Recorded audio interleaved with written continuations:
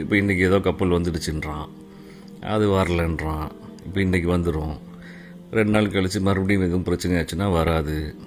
ஆக மொத்தத்தில் இந்த போருடைய சூழல் எதுவுமே என்ன செய்ய போகிறதில்ல, மாறப்போகிறது இல்லை.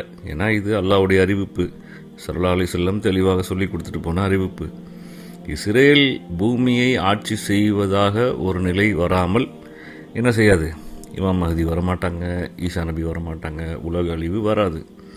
அப்போ இதெல்லாம் ரொம்ப நுட்பமான ஒரு படிப்பு. நம்ம போய் பார்த்தோம்னா தெரியும். எல்லா உம்மத்துக்கும் ஒரு நாள், என்னுடைய உம்மத்துக்கு மட்டும் நான் எக்ஸ்ட்ரா 6 நாள் வாங்கி கொடுத்துருக்கேன் அப்படின்ட்டு ஸல்லல்லாஹு அலைஹி வஸல்லம் சொல்கிறாங்க.